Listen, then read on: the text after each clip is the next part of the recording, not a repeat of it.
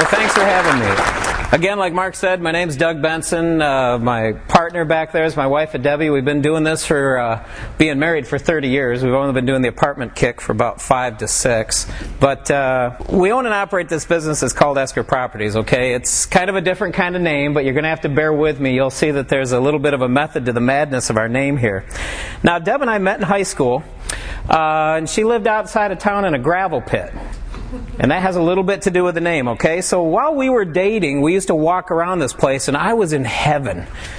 Because I just dug rocks, and there's rocks all over with gravel pits. And believe it or not, I actually used to be a swimmer, okay? So I was in heaven. And I always loved geology. Huge interest in natural science. In fact, I have an associate's degree in biology. Now, I would have had a 4-year degree in biology, but I ended up falling deeply in love with my girlfriend and got married, so I had to go to college, all right? So, actually I went 2 years, but the key here is that since I was involved with this whole thing going on, being close to Debbie, our life growing up together, just got very close to that area. Now, what I ended up doing was I ended up becoming a teller at Michigan National Bank. I don't know if any of us remember that place. And a thing you get at Michigan National Bank is you get this brand new invention called a word processor operator. Now, this is a few thousand years ago. We just got rid of horse and buggies. And what they needed was someone to run this darn thing. Plus, if you get a job as a word processor operator, you get to work in the Michigan National Tower, which is quite a prestigious thing. I mean, what you little bit you might know about Lansing is that big freaking building sticking up, right, when you're driving by through 496. So, kept going to college, studied a little bit of this thing called programming, all right? So when I applied for this word processor operator, I had more computer experience than like anybody in the freaking bank. And I got the job and the promotion. I went from $3.88 an hour to $5.15 an hour. Let me tell you what. And 6 months later, I got a job as a junior programmer. All right? White collar heaven, boys. I was on my path to living that life that we're all dreaming of, okay? So a boring and predictable future was in my world. So Debbie and I put this together. We bought our first house in 1981. I was 21. Deb was 20. Mortgage rates were 17. Okay? Anybody remember that? Oh, yeah. But the thing is, we were comfortable with the idea of buying a house. It wasn't a foreign, terrifying thing to us. See, Deb's father was huge into flipping houses, huge into owning investment property. And we ended up buying and selling, to where we ended up with this place. Okay, we bought and sold our first 3 houses, ended up moving here. I stayed in our IT, information technology. Debbie stayed as a registered nurse, and we raised 4 daughters. Beautiful 4 daughters, I might add, of course. Now, I can't make 4 beautiful daughters. She can, okay? But let's fast forward a few years, okay? I'm still in the IT industry. I work for an enormous company. I'm called an engineering process improvement leader. If you ever want to have a boring conversation about that, we absolutely can. I love it. It's fun stuff, but it isn't as much fun as this real estate kick is. So, and Deb's retired. And she retired so we can spend more focus on the real estate side of our life. Now, this all brings us full circle to the name, which I'm sure you're just holding your breath for, wondering what this is all leading to. When we got big enough, we needed an LLC. Because you got to have an LLC, you start getting involved into apartments. You sort of want to keep that liability a little bit at distance from your family life. So based on where we lived and where we built our house, we thought, well, you know what? Esker is a pretty good name. It's confusing at times, but it's brought us some fun and it's brought us some coins. So we kind of love the name. But it doesn't work for everyone. At our first closing for our first commercial building, the commercial loan officer said to me, and I quote, "Esther, huh?" "Yeah, I once had an Aunt Esther." I thought, oh, geez, I got to change this name right now. Either to save me the embarrassment of correcting this guy or to save all the grief that's going to come from future times of people not knowing what this thing means. You're all the time going to hear around our house, in the office, "No, that's Esker with a K." It's kind of become our little inside joke about this thing. Now, here's what's up. And Esker has to do with the glaciers that used to be here. I'm going to make this real quick. When they started to melt, there was rivers of water on top of the glaciers and rivers of water inside the glaciers. The glaciers melted. The rivers of water left all this gravel. Okay? Now, Mason is sitting on top of the world's largest esker. Come on, it's a claim to fame. I mean, Detroit can't say that, right? So, it's salt mines, yeah, but it's not salt properties, it's Esker properties. So anyway, this is what we end up with. Now, as far as living in Mason, I don't know if you can see that real quick, but Mason's a little bit of a Mayberry RFD kind of place. Real slow moving, kind of easy going. Let me just say, it's also lovely down here in Detroit. Are we in Detroit right now? No? Okay. But it's right around the corner from here, right? Yeah. Okay, cool. So I just want to get my bearings straight. See, I don't get to the other side of 23 very often, okay? But you guys are really cool to let me be here with you, kind of an out-of-area guy, and I really appreciate that. It means a lot. And I'm glad that everything's still going good down here. But I do know that Arizona's getting real tough with their fence and all. I didn't hit anything like that on the way down here. So I feel kind of welcome talking with you today and, just sort of chatting. I realize I'm from lands that are far west of here. I get that. But we do live in and do business in the same country, the same state. I'm really proud to be a Michiganian. I hope the rest of you folks are too. So I think that gives us good cause to be here together today. And one other thing I do want to say, and Mark's just stepped out, but I'm really proud to have anything to do with today. I mean, we're helping out kids that need help, and that's just good. There's no downside to what we're doing today. So I just want, if you could, a round of applause to Mark and Nora for organizing this thing. Very cool. Very cool.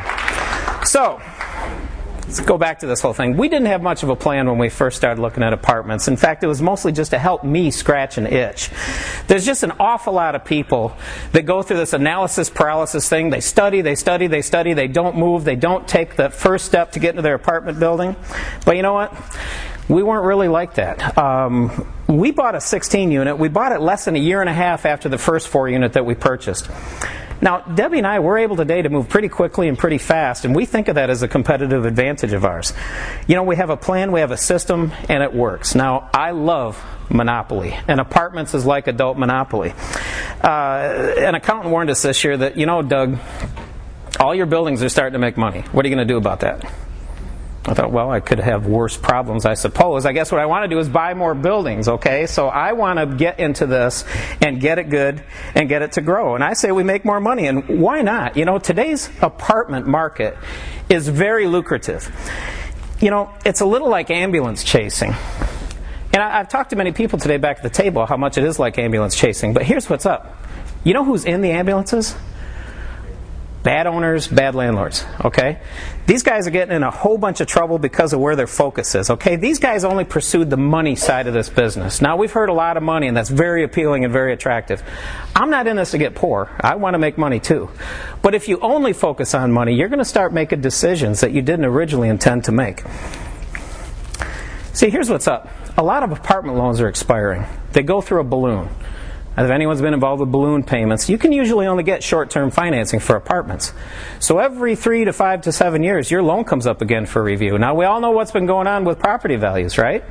If those property values go down, and if the landlords aren't doing a good job keeping up their building, they're just chasing the money, when that balloon note comes due, that building might not be worth enough to support the note. Suddenly, you got some real issues. You got loan-to-value problems. Yeah, if things are bad enough, the rest of this person's life might be in trouble too. I mean, suddenly he might be getting bankrupt or foreclosed on. There's just a lot of things happening in today's economy that are allowing us to get apartment buildings for not as much money as we used to have to pay for them. Now, I guess the thing that I'm trying to mostly focus on is that as we're growing in 2011, I want you guys to be comfortable that these are some of the things to think about, and you're going to hear me sort of make a pitch as to why this is going to fit in with our business plan as well. See, we want Esker Properties to become something a little bit more substantial, okay? Isn't that a cool picture? I want to be that guy when I grow up. All right? We're ready to take our story to you guys. This is the first time I've ever stood in front of anyone except with my wife and maybe my dog and a couple of my daughters and spoke to anybody. But what we're trying to say is we're trying to grow this thing. We think we got a good formula to do so, and if you're interested in any deeper conversations about this or how to be involved with it, be it Superman or Doug or Esker Properties or whatever, come back and give a talk to us. We're in the back just like everybody else is. So we have some private money lined up. We're like everybody else. We're looking for more. Today we want to network. We want to meet people, shoot the breeze about apartments and how much fun all this conversation is. Somebody came back to the table earlier tonight and they were talking about somebody that they knew from the West Coast that was just couldn't believe that there's any real estate stuff going on in Michigan. I think this room is huge proof. There's a lot of real estate stuff going on in Michigan. It isn't just contrived. It's real, and what we're doing with Esker is just as real, okay? So, Debbie and I have been flipping houses for a while now. Here's like, I don't know, 7 of them or whatever, and there's 3 of them up there I don't have any pictures of, and we just didn't really get into apartments until recently. But I've always been the guy that used to sit there on Sunday and read the classified ads, you know, looking for income property. I love the idea of owning something that made money. Money just sitting there. Now, even though Deb knew the reality, because she'd been engaged with real estate before, to me, I bought into the notion that there was such a thing as passive income. You know, the kind where you don't have to work, where you just sit there, where it just comes to you. That's who I wanted to be, and I thought it was real. Well, I just knew that I did love apartments, and I had to have some, okay? So we always liked that idea. We always liked the area that we were in. Seemed like it was a good idea. When your radar's open, you start hearing things. Hear a guy talk about a 4-unit building for $103,000. That's my deal, okay? So, now all along, like Mark said, and geez, I love spreadsheets as much as the next guy. Of course, I had all these financial calculators that I spent every Sunday keystroking in how much the rent was, what the expenses were. None of the buildings ever worked out. In fact, Debbie said, Doug, there must be something wrong with your spreadsheets. No, hang on a second, all right? I'm an IT guy. I might not know squat about real estate, but let me tell you, you think my spreadsheet was wrong? Come on. No. The buildings were all wrong, but not this building. This building made sense. You know, it hurts when your wife talks to you about that, so you have to prove these things. So, regardless, this building was right down the road from us. It's a 4-unit. It was like heaven, okay? Full of tenants. Each tenant is paying $425 a month. They're all 1-bedroom units. Now, at this point in my life, I've been told by other investors, 1-bedroom units, that's what you need. 1-bedroom units. Because everybody knows that kids destroy apartment buildings. Right? So don't get a 2-bedroom unit, because you're going to get kids that come with 2-bedroom units. And I thought, yeah, you're right. Well, I've learned a little since then, but that wasn't exactly the case. Okay, so we end up walking through this place, and I'm doing the, you know, like you kick a tire when you're buying a car. I'm knocking on the countertops going, geez, this looks pretty good. Yeah, you know, well built. I didn't know what I was doing. I mean, how many times have you heard any of us saying how little we knew what we were doing? Take comfort in that, okay? You just can't be Einstein the first day, okay? It's going to take you a while to come up with a nuclear reaction. The point I'm trying to make here is, I was very excited and enthused that I was trying to at least do something. Okay, so I'm walking through the place, looking at the place, knocking on the countertops, kicking the tire, and we ended up saying, yeah, we're going to do this. So we go home, borrowed $10,000 against our house, got a mortgage from the local bank. So you can get a mortgage on a place like this because it's a 4-unit. It's not even considered a commercial building. And you know what? I bought myself a 4-plex. I was Donald Trump. What more is there left to do, man? I mean, I'm involved with this thing. I've got it going. I own income property. A week later, my first tenant moved out. Thought, no, just hang on a second. Are you sure you're moving out? Yeah, I don't like it here anymore. Well, just hang on a second. You came with the property, right? So no, they're gone. And not only did they go and not exactly leave the place in as nice a condition as I could tolerate, they trashed the place. And they wanted their deposit back. I'm like, okay, I should have talked to my mom, and I just come up with something. Well, you know, aren't you guys supposed to stay here forever? What part of this don't I understand? Virtually every single part of it, all right? What I've since discovered is that if you don't have a clue, go out and find your clue. Go out and just get a little bit smarter. Now me, I was on a little bit of a faster path to getting smart, but it all had to happen that way. See, again, the dream of passive income, it's not real. I mean, you talk to anyone that owns apartments, there's very little that's passive about this. In fact, I can't think of an investment technique that needs as much of your emotion, as much of your focus, and as much of your applied skills as owning apartments. So, you know, let's just stop this right now. There's just nothing passive about it. There's few things that require as an absorption as much of you as what you're going to give in apartments. Now, this is a picture of one of our 1-bedroom units. I love 1-bedroom units still. Don't get me wrong, but here's another thing to learn. See, the thing we try to avoid as apartment owners is called turnover. All right? That's when the person who you think is going to live there for 80 years decides, you know what, I'm going to move. That's our greatest expense. A couple things happen. You got to clean up the place, make it nice, but you're also not getting paid. So we try to avoid turnover. Now, I don't know if you recognize, but I bet a single adult is probably a little bit more mobile than a family in terms of their lifestyle and taking a job somewhere and going to Egypt or wherever they want to go. Kids get in the way of all that. I just didn't know, but now I do know. See, kids make friends. Kids have schools. Kids kind of are an anchor. So now I'm all about two-bedroom apartments. And I love kids. I mean, I had 4 of them myself, but I love kids. Kids are a big moneymaker. There's something to just really remember and just be comfortable. And if you think a kid can trash a building, I mean, come on. You guys have seen flips. You've seen some of the before pictures that Mike and Annette and that Ken put up. I mean, you think a kid's going to do worse than that to an apartment building? Fine. You know, so maybe you got to show up with some drywall paste or something, but it's well worth it. They provide an anchor. So anyway, the 4-unit building, there it is again. You're going to see a lot of pictures of this building. I still like it. It was our own personal classroom. It was our own personal test tube. About everything I learned about apartments, I learned because of this building. We owned this building by itself for around a year, like I mentioned before. But the key here is I was living that life of a real estate investor and a landlord and an apartment owner, just with 4 units. Suddenly I got to understand the comings and goings. I had to do a lot of stuff on my own. I had to build my own rental applications. Somebody mentioned, I think maybe I read it possibly on Dennis Fassett's Facebook, conversations about leases. It's a pretty important conversation. It's the same as your contracts with your contractors. Your leases kind of, after a while, got to be a little bit watertight. You know, you don't want to leave yourself open to exposure. So I guess the point I'm trying to make here is that, you know, not everyone cares about worrying about your investment. Not everyone cares about whether or not you make a profit. You won't learn that just by reading a book. You will learn that when you end up having to clean up the parking lot at Dallas Avenue because someone was upset and moved out on you. All right? Now, don't be afraid of this because you're going to learn a lot of stuff that you didn't know you even had to fear. Like, who here in this room ever knew there's such a thing as black paint? Yeah. Go ahead. When you have a tenant ask you if they can paint the place, you got to think that there is such a thing as black paint. I'm not inventing this. You come in and the whole thing looks like it's an eclipse going on in there, and all of a sudden you're going to go, that was a mistake. So we learn by practicing. But here's the thing, though. I loved that building, and I loved owning that building for a couple of only financial reasons. Now, let's get into that a little bit. You know, the building appreciated in value. And the reason it appreciates in value is because it's a money maker. It's like a vending machine. Okay? A lot of buildings don't. A lot of buildings kind of suffer because they just sit there. But here's another cool thing to you as an individual.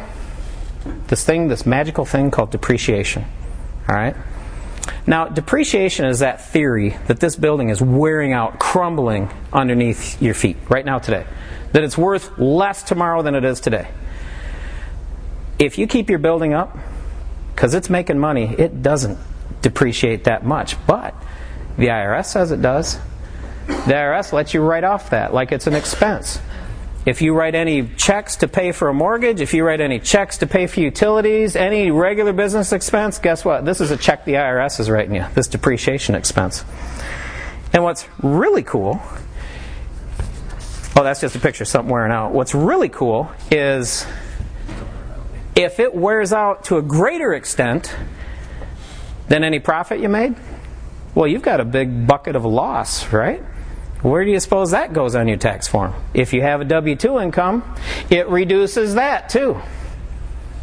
I love me some depreciation. So here's where the programmer comes out in this, okay? If the taxpayer is an apartment owner and the income minus the depreciation is less than 0, your profit now becomes a loss. Now you might be filling your wallet with money, but the IRS says, no, you've lost money. You got depreciation. Your taxable income now is your W-2 income minus that same loss. So it protects you. It's a beautiful tax shelter. All right? In the olden days when the buildings were wildly appreciating at the same time, oh, then it was nirvana, man. I mean, now they don't appreciate that wildly, but the depreciation is a pretty cool thing. So you display, woohoo, else the taxpayer's not happy. Now, that's your intro to programming. We're done talking about programming, okay? Anyway, here's where we are today. We own these buildings here. We've heard people talk about flips. I'm here today to talk about apartments. Now, there's one generalization that you can make about flips, and don't get me wrong, I love them. Deb and I do them. We have fun doing them. We've been pretty successful at them as well. But the key is with flips, you don't stay tied to the place. Okay? Nothing like you do with an apartment. Now, in an apartment building, what you're trying to do is you're trying to create this marriage of tenant and building. Here's our goal for how many units we want to own next year, okay? That's a little bit of a big number, but my point is that you want to grow the figure. There's no downside to doing this figure, okay? There's no downside to growing as many units as you can as long as you do it wisely. We do like flips, and we've done them, and we've made money doing flips. But again, the key with a flip is you're trying to get the building off your hands, okay? Different than an apartment. In an apartment, you're trying to keep the person linked to the building for a really long time. That's your advantage. That's what you're trying to do as a goal. Now, very few people think of an apartment deal as a permanent thing, right? People always think of it as an apartment as like a transient step. So keep it in mind that you need to position yourself to where this is what's going on. They love your building compared to others. They won't leave you. They would prefer to stay. You're not going to get them for 30 years, okay? The people that are doing buy and sells and holds with these lease options and stuff like that, yeah, you'll get your people sticking around for quite a long time. Single people in one-bedroom units, if you get them for 2 or 3 years, man, you've hit a home run. 2-bedroom people, there's really no limits to how long they might stay, but that is your goal, to keep them close to your building, liking you, liking the building. Those are satisfied tenants. Okay? So that being said, what I want to do today is talk to you again about Esker Properties and how we do apartments, okay? It's not the best way. I don't really know who's doing it the best way. All I know is what we're doing is working so far. And what you're going to see is that in our talk, we're going to bust it into 3 pieces, okay? The first piece is going to be about the building. All right? There's our building in Dallas. The second piece is going to be about the tenants. Okay. I don't know why you're laughing, all right? Who in here doesn't want the first freaking family as your tenant, all right? Come on, honestly. Now, hey, you may not have voted for the guy, but you want him to be one of your tenants. That's marketing for the rest of your days. How is he going to pay the rent? He's a government employee. He'll be fine. Okay. Finally, third, we're going to talk about you as an investor. See if there's a correct match here, okay? So let's start with the building. Okay? Buildings are key, and again, unlike a flip, it does matter to you kind of what shape the building's in. A lot of people, they don't fear at a flip to walk into this dilapidated thing because they know they're going to redo everything. And that's fine. That's the business of flips. The business of apartments are a little bit different than that. Deb and I are buy and hold investors, so it kind of does matter what kind of shape the place is in. There's no limits to how battered up an apartment you can buy. But here's the key. It eventually needs to be attractive enough that people are going to want, even desire to live there. So maybe you got a heck of a deal, but you got to make it pretty so people want to move in. And fixing up an apartment, it is quite a bit different than fixing up a house, if for no other reason due to scale. Okay? For instance, for some reason now I own 44 refrigerators. All right? I looked around, I have 44 stinking stoves in my life. The list goes on. 44 through-the-wall air conditioners. Okay? 44 toilets. 44 bathtubs. This I have to look at. 144 windows. 44 kitchen cabinets and kitchen counters. 268 doors. Something could go wrong, right? You don't want to fix all this stuff up at once, right? So just be ready. You're not going to be able to avoid doing some type of upkeep, but before you know it, you've got quite a substantial inventory of stuff that's on your mind and maybe needs to be considered as part of what owning an apartment's all about. So be sure you have a good team in place. Mike and Annette did a great job talking about contractors and those good relationships. You want them. You want painters. You want the 1-800 carpet guy. You want electricians. Okay? You might love swinging the hammer. But if you're working in a commercial building, you don't want to be the hammer swinger. You want that licensed guy to be the hammer swinger. That's just the next threshold that you have to be comfortable with dealing with. All right? Now, it's always fun to talk about the building. I love talking about apartment buildings because it's a kick. But here's another ding, too. What are the 3 things that we're always asked to consider with real estate? I think Mark touched on it first. Can we give you a hint? Right? And again? Somebody, yep, one more time. Location, location, location. That's right. Now, what happens if you buy an apartment building in a place where maybe you yourself wouldn't want to live? That's a picture of Chernobyl, of who can't recognize it, okay? I guess what I'm trying to say is, I don't know if anyone wants to be glowing next to this thing. It needs to be on your mind, this kind of stuff. This is important. I have an own personal threshold for where I will and where I won't buy a building. And it starts with, do I want any of my daughters living there? I mean, all things being equal, if that can't pass the daughter test, sorry. Because I got to convince other people to let their daughters live there too. You know, and I find myself at these buildings from time to time.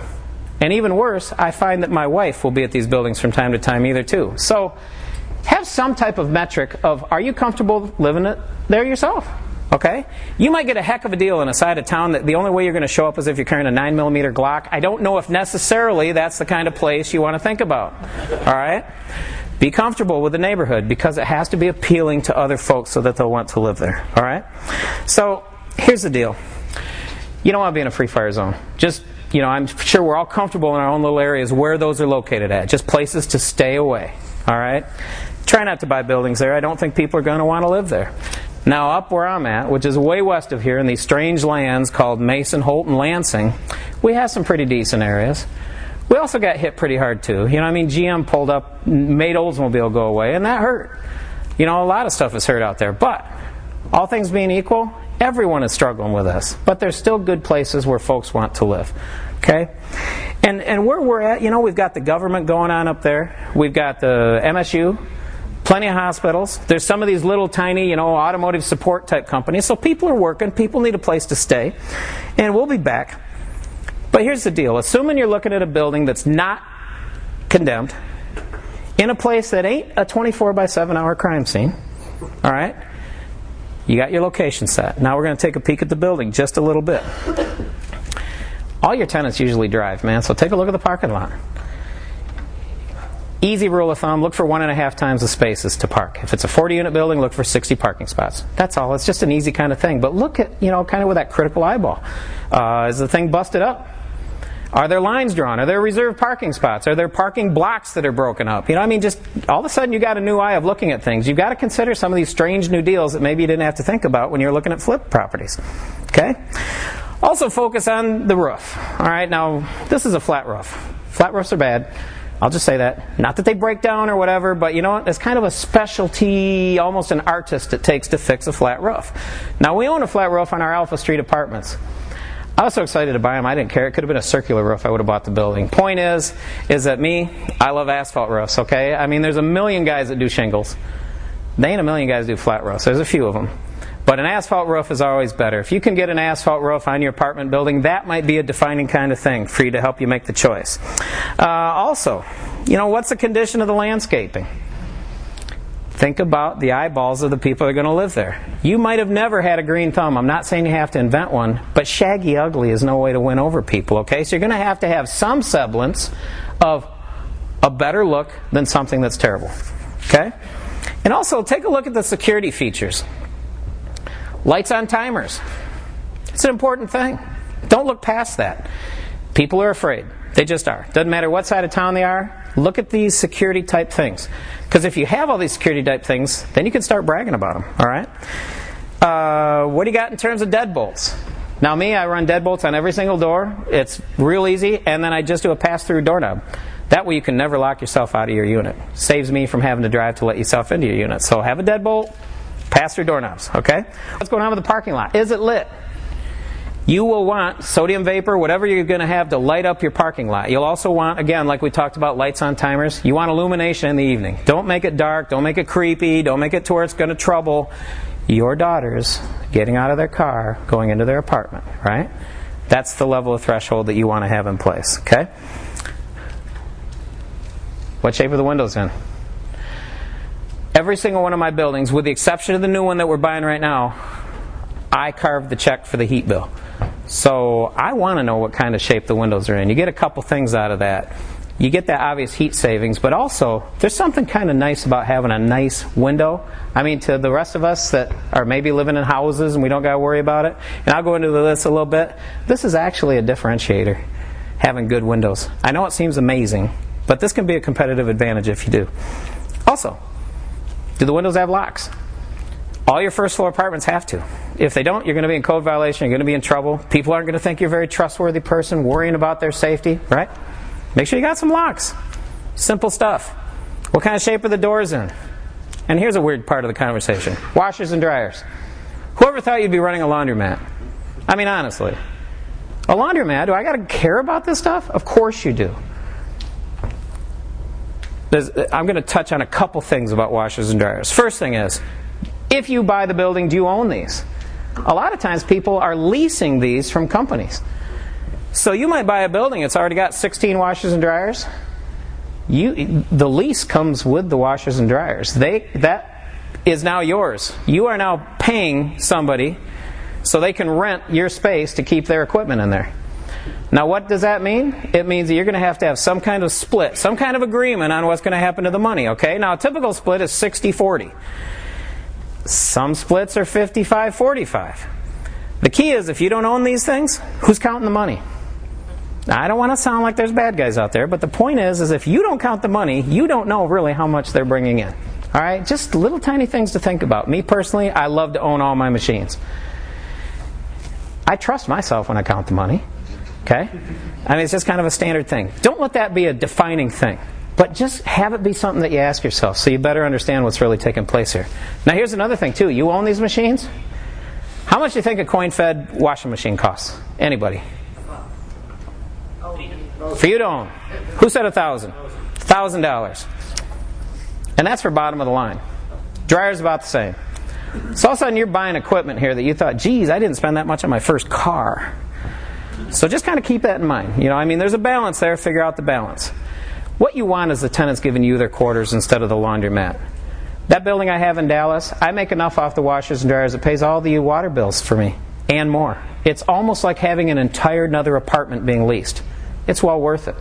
Plus, we put in all water-saving toilets, so we hardly use any water, so the water bill went up. It's just there's money to be made with washers and dryers. You wouldn't have thought, but there's money there. So consider it. Think about it. All right. Let's talk about the third part of this thing, tenants. All right? Who's never heard this reaction, okay? I don't want to go on a rant here, but honestly, it's freaking unbelievable to me that some landlord is going to be upset about his tenants. Where'd they come from? I mean, it isn't like they just kind of came in with the wind, okay? This guy probably put them in there. Are you kidding me? Are you stupid? I mean, this is your business. It ain't it's like a huge part of your business. I can't even begin to tell you how many ways you can go wrong by not using your head when it comes to selecting tenants. Didn't you choose these guys yourself? I mean, you start talking like that, and you're sending a message of, I'm a moron, I don't know what I'm doing. My tenants are all jerks. You should hear, you're stupid. And just end it right there. You're not thinking if you put dumb people into your unit. Ideally, these got to be good people. Ideally, these got to be ethical people. They got to be the kind of folks you want to hang out with. Okay? You want them to be good folks. The key to all this is that if you focus only your attention on the money, you're going to get any number of people that are going to fit and qualify. And the problem is, you want good people. Who wouldn't want Mother Teresa? All right? Jennifer Aniston? We got any problems here? Ray Romano, doesn't everybody love Raymond? Okay, I guess the point I'm trying to make is these guys all deserve a place to live. They're out there. Find them. It's up to us to make sure that we find them. So here's the trap that I'm warning you of, okay? Everybody in this room must know of someone making $25,000 a year, because that equates to about $12 an hour. And these people are scurrilous, low-life, ought to be shot and buried scumbags, right? I mean, is there nobody that knows these guys? They are everywhere. They would qualify to fit in any one of my units with what they bring home in money. They would. I only ask for like 2 to 3 times the amount of rent and income. They'd make it at that kind of dollars. The thing I'm trying to say is, you want to live on the other side of the wall of these guys? Think about you as the person living in the building. Think about you as the owner. You want to come home on a Friday or Saturday night and have these warts there waiting for you? No, I don't think so. That's the key. That's the point I'm trying to make, okay? You're just going to struggle if all you do is focus on the dollars. You got to focus on the humans that are representing those dollars. Now, that's supposed to be a person trying to predict the future. I don't know that you can, but you have a chance to maybe read a little bit into when you meet these guys. You got to be a little bit of a detective, okay? Have to be a little bit of a sleuth. You're going to meet them. These people don't come over to your unit without you being there to walk through the place. Strike up a conversation. Hey, what are y'all about? Tell me more. Yeah, I mean, you're going to have them fill out an application. Ask some questions. Probe, dig around, be that detective you always wanted to be, because you're doing it for your own good. You're really trying to get behind these guys, because eventually everybody's money is going to be the same. You're trying to define the difference in who they are as human beings. Who loves you, baby, okay? Keep looking, keep digging. Call the prior landlord. I almost like hearing from those guys way more than I like calling up where they're working. Where they're working, they're never going to say, this guy's a fool. You're not going to hear that. Prior landlord, this guy's a fool. That means something. In fact, that means a lot. Have that as part of what you do, checking these people out. You're not being nosy. It's your business. It's your investment. So stay after it. Stay on it. Keep digging. Okay? You're investing in these guys as much as you're investing in your own building. They are the difference between you being successful or not successful. See, landlords, again, they get into trouble when all they think about is the applicant's income. And a lot of us just focus on that. You'll hear a lot of people bragging about, boy, I got that big first month's payment and deposit. I'm ready to go. You know, over the long haul, you're going to find it should factor less and less into what it is you're looking for from a person. You know the kind of people you want?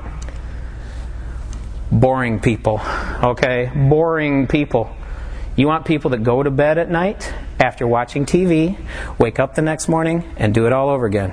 You want boring people. They're out there. Hell, I'm the most boring guy you'd ever going to meet.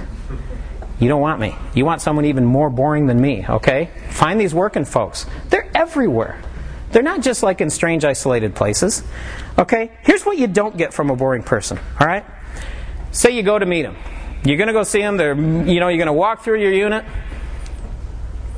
Guy shows up with everything he owns. He's got like $300, $500 in his pocket, and he has to move now.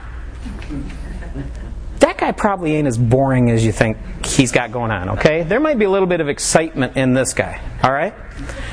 Another thing that boring people don't do, they don't load ammunition in the apartment, all right? So, just saying, maybe you're into the armory and all that kind of stuff, but, just kind of see if you can filter out some of this kind of stuff, okay? They also don't have a history of running a drug house or being busted for methamphetamines.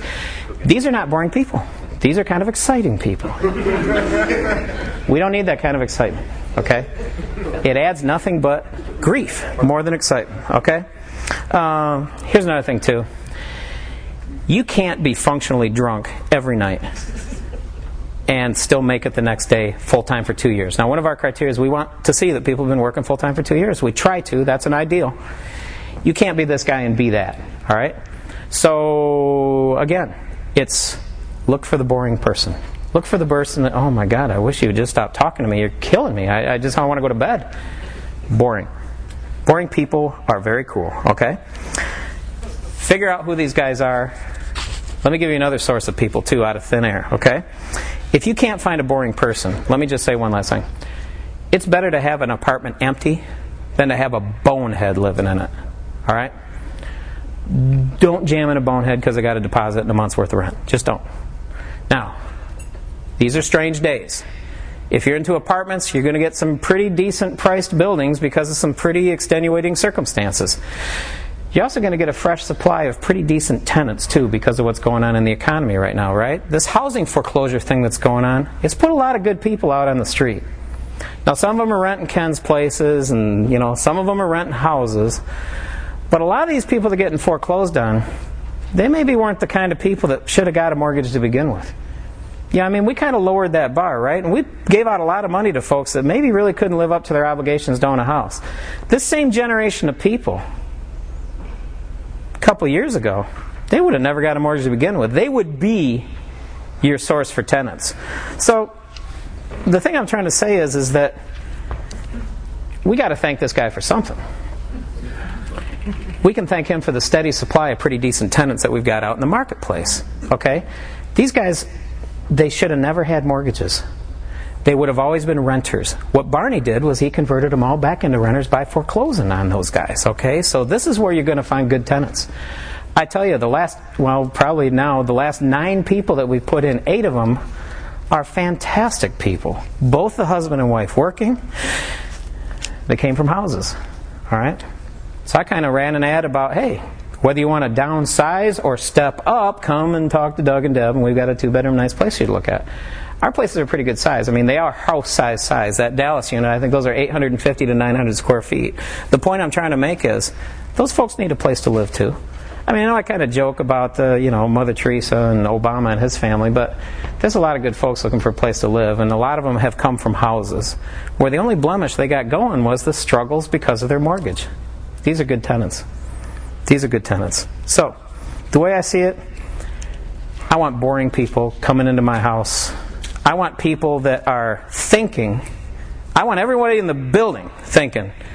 A new person that's coming in, they're as boring as I am. Okay? I don't want anybody that's wanting to come into my building that doesn't think there's a bunch of drama-free, boring adults already living there. That's a beautiful cycle. All right? You notice I said boring about 60,000 times? Take something from that. I'm not kidding. The thing that I'm looking for here is that they got to trust that that's the kind of building I'm running and that that's the kind of building they're going to live in.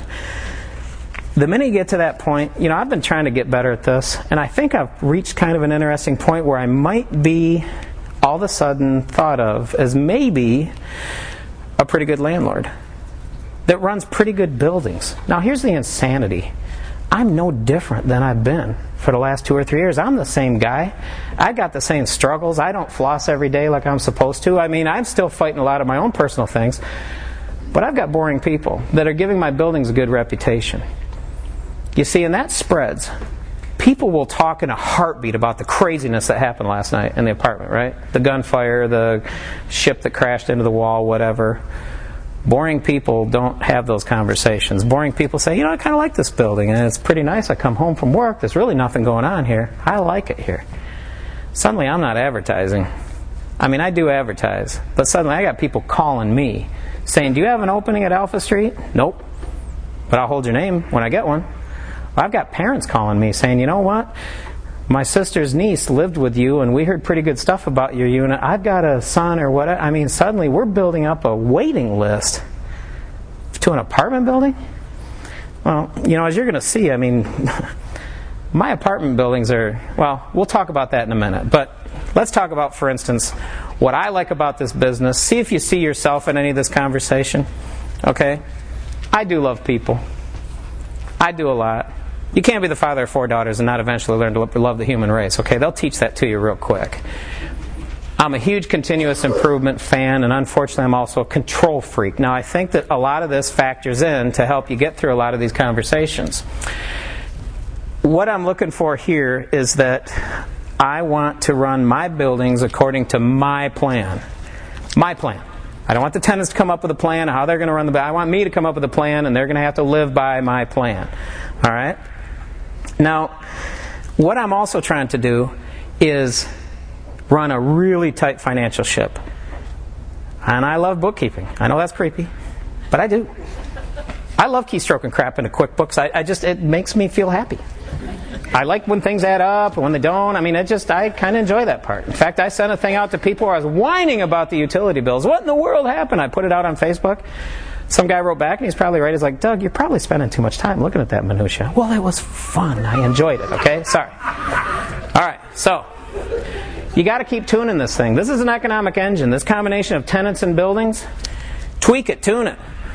Dallas Avenue Apartments, the ones in Holt. I mean, who could be excited about putting new toilets into a building? Anyone raise your hand if new toilets is what's going to make your weekend. Right there. Man, I discovered these low flush toilets, and they make everything go down. They never got to get, and they use like 1/3 the water. Where I live, water is gold. Water is like oil. Man, I saved a ton of money installing these toilets. I know my payback is like 13 months. I got 12 new toilets. We'll talk about toilets later. Anyway, you can find some fun in tuning this thing, okay? Now, don't tune it to the point that you start compromising on your building. Tune it to the point that you start compromising, or you don't compromise on your expenses and your waste, okay? Another thing I like I love the sales and marketing stuff. I kind of get a kick out of that. I kind of think of new creative ways that I can tell people about my buildings, that I can describe to them what we're all about. I like that. I think we got a nice story to tell too. So it's fun, and I get some effective payback. I discovered earlier, for instance, with the ads that I was running, Debbie and I thought it was a little bit strange that of every 20 responses, 19 of them were women. I didn't know, but I'd actually created a way to market strictly to women. I was probably violating all kinds of rules there. I just didn't know it. Point is that you tweak it, you tweak a sentence, you start talking about where your location is, and you start talking about what amenities are there at the apartments, and you can, unknown to me, create a sexual bias in your ads. Okay, so now I'm smarter, but the point I'm trying to make is that was fun.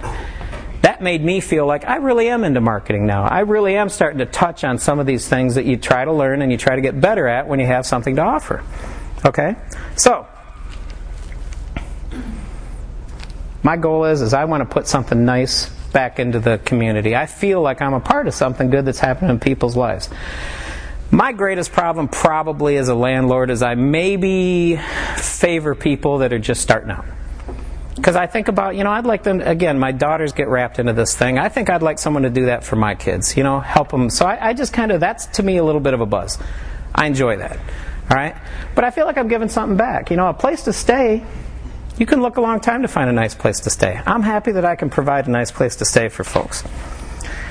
Now here's a little bit of the interesting, I don't want to say the downside, but apartments are a huge human business. It really is all about not only just where humans live, but how humans live and where humans love, okay? If you're intimidated with the thought of ever having to talk to a person about their lifestyle or about their behavior because it's too intimate or personal, this might not be the right business for you to be in, okay? Again, you're trying to protect yourself. You're trying to protect your investment. When this guy's bashing away at 3 in the morning, you got to say, you know what, maybe...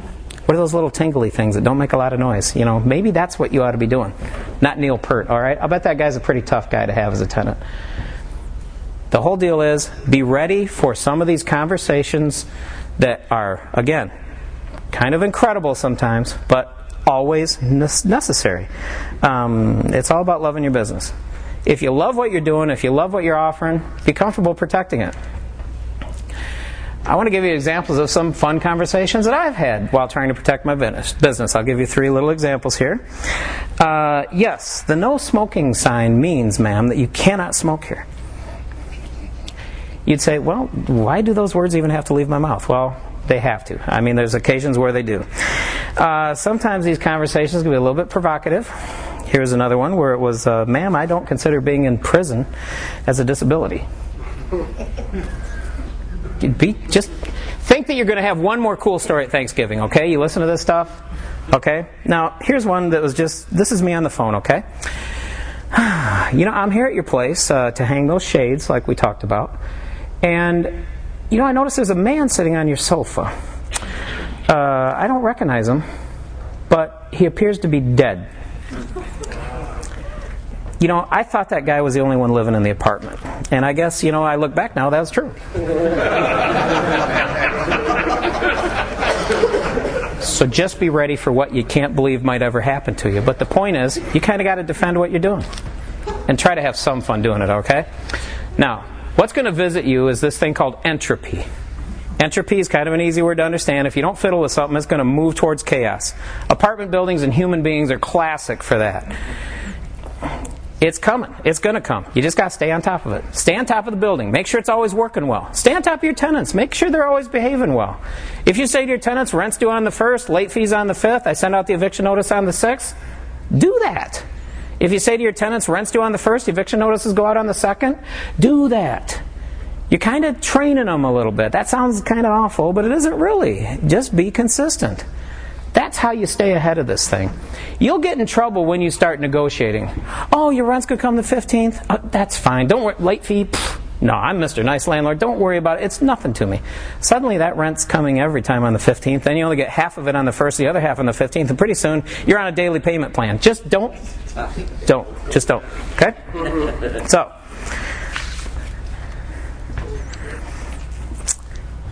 many people, the only interaction they want from their investments is a statement. Yeah, if you want to own and operate apartments, you're going to get a little bit more than a statement, okay? Now, Debbie and I with Esker Properties, yeah, we can manage these buildings for you if you're interested, and we can give you a statement. But this is that investment thing where you're going to get something a little bit more than a statement, but be comfortable for it. If it's something you enjoy and something you get a kick out of it, it's very cool. It all goes back to that whole passive income thing. Just don't kind of buy into the fact that this is on autopilot. All you got to do is show up. It's going to need a little bit of your horsepower to make this thing go good. So, everybody's talking about their goals for 2011. I'm going to put some of mine up there. Don't you love those little Monopoly apartment guys? Okay, here's what's up. I like 2-bedroom units. In 2011, I want 28 more of them. We've got 12 of them on contract right now. I want 28 more of them. Don't ask me why. I thought 28 was a cool number. It made sense, okay? You're very seldom going to buy 11-unit buildings. You're normally going to buy even-numbered buildings. 28's an even number. I like my chances. People need 2-bedroom units. I've got a bunch of 1-bedroom units. I probably have 20 right now. I've got 24 twos. See, if there's a single adult living in a unit and they add a girlfriend or add a boyfriend or add a kid or add a llama or whatever it is, they need more place to stay, right? 2-bedroom units. I want 28 more of them, okay? Here's another thing I want, and this I can't get on my own. I want a 100-unit complex, at least. I'm pretty comfortable that I can do a 100-unit complex, because I love how I've done 44 units. And the only difference between me having 44 and me having 100 is someone else helping me. See, earlier this year, we hooked up with a couple of investors. We were looking at a pretty cool property. I was excited about it. It ended up needing a ton of deferred maintenance, okay? So we ended up walking away from it. That deal didn't happen. But the cool buzz and energy about talking about the apartment with the investors and making strategic plans and walking through it, man, I love that. I just love that. Now, I'm sad it didn't work, but you know what? We're going to do it all again in 2011. I think it can work. So I want that buzz back. I want that cool feeling back again. So why do I think I can step up to any of these goals? You know, I mean, after all, Lansing, Holt, Mason, over 50% of the population rents up there. So that's what I'm competing against. And my buildings, we don't offer any amenities. Heck, I'm reduced to bragging up about my cool countertops. I'm not kidding. I put this ad in the stinking thing like, look at that countertop. It's got that little hangy-do thing. I said, you can put a bar stool in there. Oh my... They're all filled up. Okay? That's my amenities. I don't own pools, weight rooms, that kind of stuff. New windows. I put in new windows. I just about held a freaking parade around the building. New windows! I love the new windows, man. People love these new stinking windows. But that's what I get to brag about, is the new windows, okay? But the rest of the stuff we do is all about the service we provide. My occupancy rates, I don't know if we think that we know what a standard is. I believe standard occupancy is probably somewhere 90 to 92%. My occupancy rate for the last 5 years has averaged 95%. I offer nothing. I offer countertops and new windows, okay? The point I'm trying to make is I think my units are pretty clean. I think they're pretty inviting. I like the neighborhoods that they're in. I'm deeply in love with one of the landlords. I mean, that's got to be some benefit. The point I'm trying to say is I think we've got a little bit of a competitive advantage going up there, and I think it's service. I think we're pretty good at it. We treasure our tenants. I mean, I will never lose sight of who these people are. If you can get on the correct side of a tenant, treat them like an adult. I mean, I know some of the stuff I said was a little bit humorous, try to get control of them. But, if you recognize what they're doing, they're living in a place. It's up to you to give them a good place to live. You get some tenant loyalty going on, and let me tell you, you're done advertising. You're done worrying about vacancies because you just won't have them. I mean, we had one building where we had 3 families all living there. I mean, it just makes sense that they're going to spread that good word to people. So, what we do from a marketing perspective, a flip camera. I mean, I should have something fancier, but I just kind of walk through my places going, here's the door, here's the toilet, there's the wall over here. The first one was really bad. The last one was worse, okay? I've had over 5,000 views of this freaking video. What's that all about, okay? I mean, I'd like to sit around, strut up here and go, well, I got myself some groupies. I doubt it, okay? Something's going on. We get compliments on these stinking videos. They're really bad.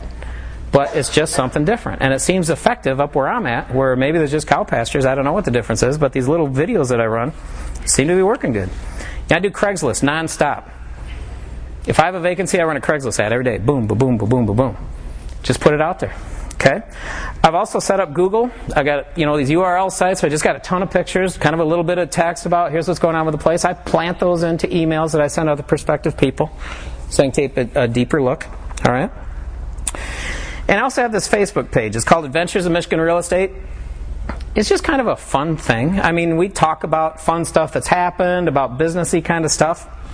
But I've gotten leads off of this. I've got people calling me with business opportunities off the Facebook page, which I didn't really think was ever going to happen. But yeah, Facebook's kind of been a big part of what we do. Go out there. It's Adventures in Michigan Real Estate. Friend me up. There's some like button or something you do to say, yeah, I like it. It's just all lighthearted chatter. Yeah, I mean, you're welcome to be a part of it. It's just talking real estate stuff, okay? Like everybody else, I got the www.eskerproperties.com website, okay? Everybody's got to have a website. That's all I'm going to say about websites. I don't even look at that thing. But I get people saying, hey, we saw your website. We like your pictures. Cool. There's something about that visual thing that seems to work, okay? So, here's what's up. This has been one heck of a ride. I think it's just starting. Okay? Deb and I are having a lot of fun doing this. I hope you can see that there can be fun to be had here. I want to give you a little bit of a flavor of what you might be up against if you do it yourself, and give you a little bit of a flavor of what we're doing. So, again, I'm Doug Benson. I own Esker Properties along with my wife. That's Esker with a K. All right? If you do have an Aunt Esther, it's not me. All right?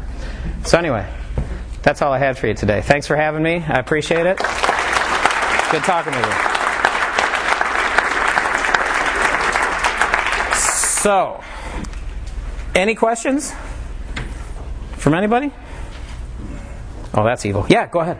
Yeah, you said early on in your conversation, this is the first time you ever spoke in front of a group. Yep. It is.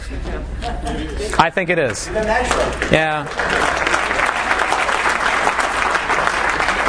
Think about the most favorite thing in your life, and if anyone ever asked you to talk about it, like maybe it's golf, or maybe it's your wife, or your I mean, it's pretty easy. It's the topic made it easier. So, yeah, it's my first time ever.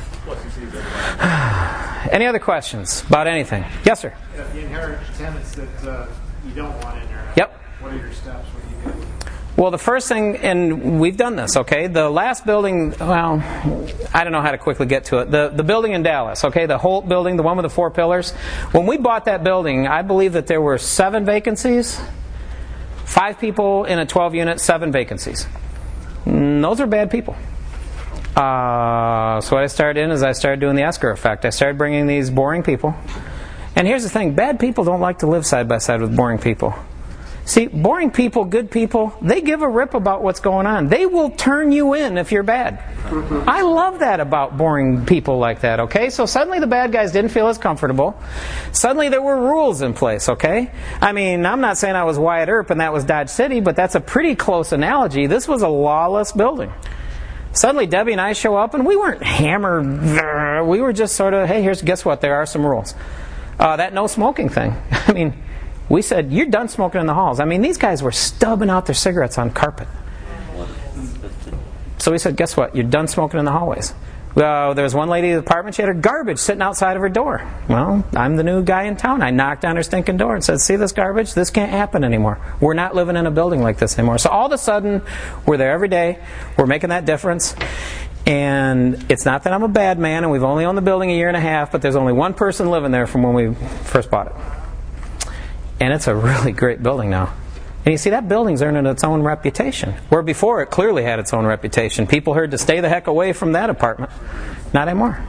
So that's what we do. Because that's a part of the game. And a lot of times that's why you get these discounts. Because they've got those bad guys living in the unit, and the landlord's had it up to here and didn't know what to do about it. I kind of like that situation. You know, that helps. So, that answer your question? Cool. Anything else? Yeah, Ken. It sounds like you're doing your own property management. Yep. Would you consider outsourcing that to property management? I'm getting close. You know, Debbie and I talked about this. I thought 50 was going to be my number. We're now at 44, and I don't know that 50 is my number. It's something higher. You're right, though. You know how Mike and Annette were talking about, they kind of reach this threshold where they can only do so much. I promise you I'm going to reach a threshold where I can only do so much. My fear is, since I've never had anyone else property manage for me, I don't know if anyone's as good as me. That sounds awful.